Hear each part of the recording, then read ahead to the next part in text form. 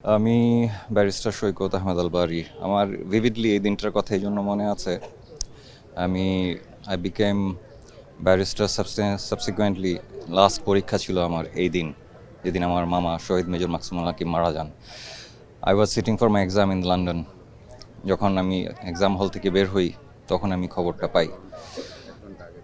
ভাষায় প্রকাশ করার মতো তো আসলে কিছু নাই।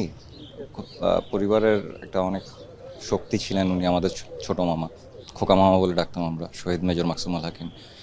দাবি শুরুতে তো ওই দিনও যেটা ছিল আজকেও সেটাই, এটার ন্যায় বিচার, প্রপার সুষ্ঠু তদন্ত যেভাবে হওয়া উচিত ছিল।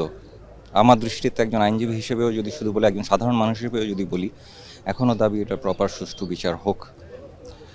আর এর থেকে বেশি কি বলতে পারি। ওনার আত্মার এবং সাথে আরও অনেক শহীদ হয়েছেন, সবার পরিবারেরই বেদনাটা একই রকম, আমাদেরটাও যেরকম ওনাদেরটাও একই রকম। এটা ভাগ বটোয়ারা করতে আজকে এখানে আসা, আপনাদের সকলের সহযোগিতা পাচ্ছি, যতটুকু মানুষের কাছে পৌঁছাতে পারছি নিজেদের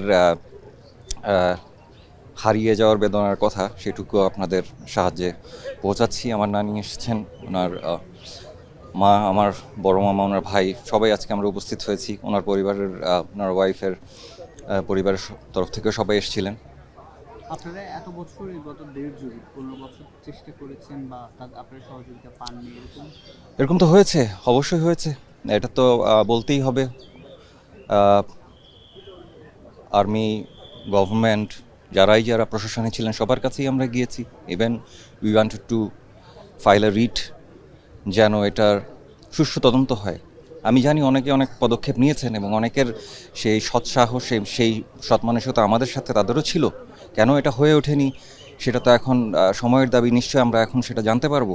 সবাই যেহেতু এখন একত্রে আমরা এক আন্ডার ওয়ান আমব্রেলা আমরা একটা সুষ্ঠু তদন্তের এবং বিচারের দাবি করতেই পারি, এবং আমরা আশা করি সূর্যের আলো আমরা দেখতেই পাবো ইনশাআল্লাহ।